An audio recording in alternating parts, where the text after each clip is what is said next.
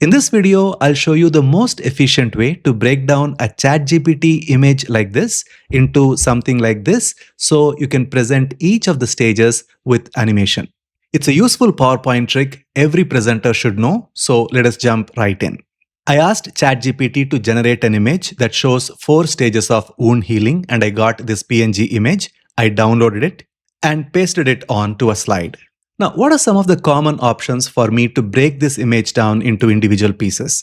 One way is I can create a duplicate slide and then take the first slide and then crop out individual pieces like this. And it is not a very efficient process because you need to do it one after another. Because once you finish cropping this particular image, you know that there is no more image left for you to crop. So you once again have to go back here and then create a duplicate slide and then you need to crop for the second image and so on. Clearly, it is not the most efficient way.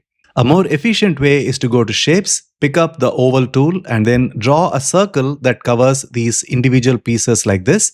Now, you can't really see what is behind, so you're going to add a little bit of transparency by going to Fill. Maybe around 20% transparency is good enough.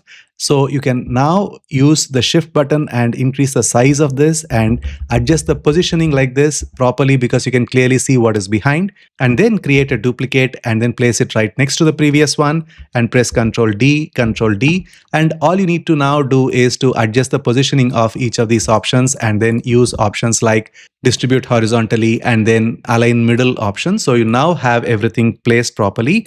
Now you can go back to having these shapes have 0 transparency. Now you select the image in the background, hold the Shift button and select all of these shapes by using click and drag option. You're going to use shape format, merge shapes, and this beautiful option here called fragment. You click on it. Now everything gets broken down.